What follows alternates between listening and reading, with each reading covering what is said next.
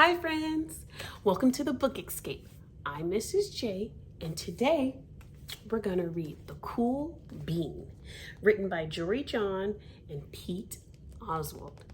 Stick around and see what it really means to be a cool bean.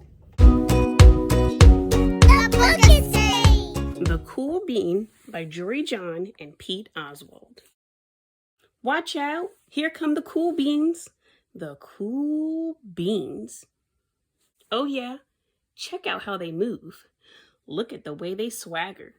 Notice their sunglasses. Yow!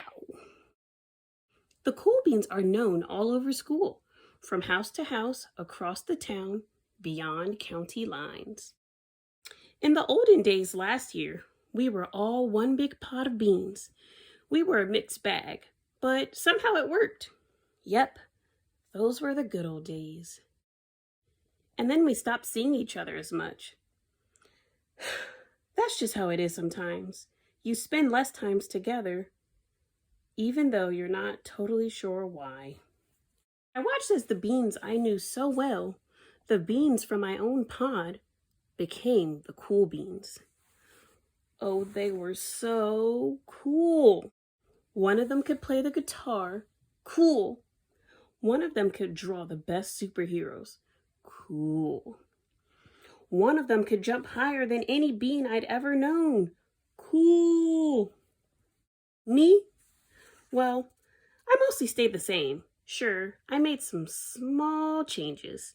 I wore sunglasses. Too big. I slicked my hair back.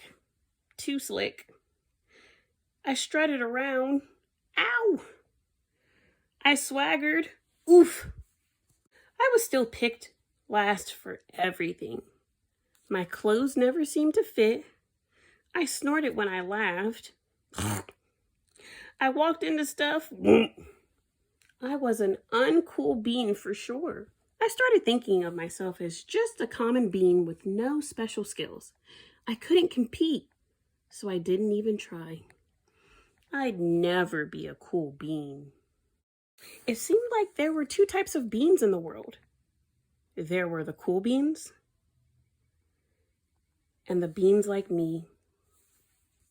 The days all blended together. I lived my life and things were just okay.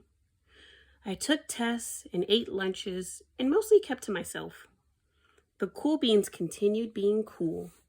I mean, sure, I missed them a bit, but it's not like I was going to say anything.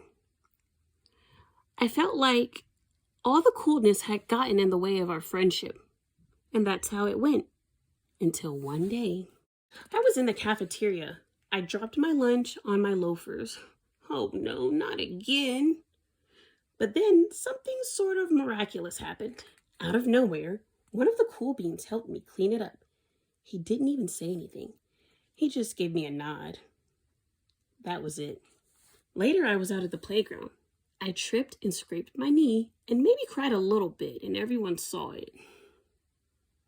Another one of the cool beans came to my side, and, without a word, he dusted me off.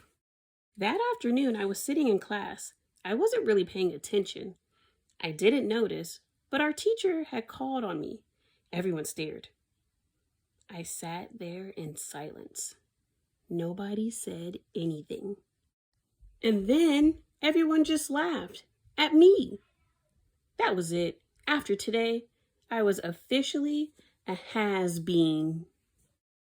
But then one of the cool beans stood up and came over to me. Everybody watched. She leaned in close and whispered, "Hey, the teacher asked you to read from page 32. Then she gave me a quick wink and went back to her seat.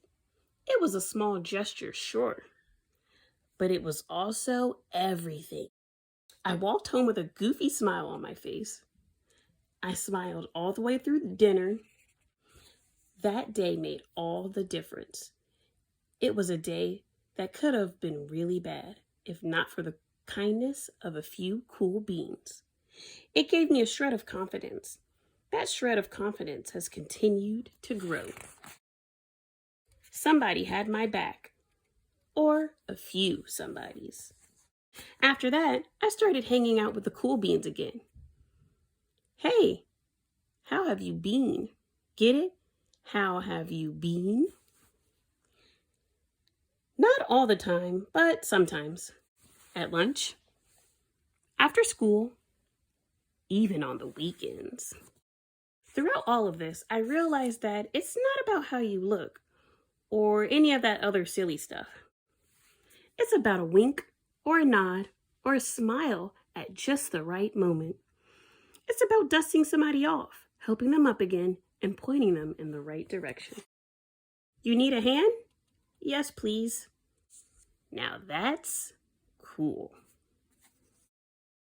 The end. I hope you all enjoyed the cool bean. Go out there and spread kindness just like this bean.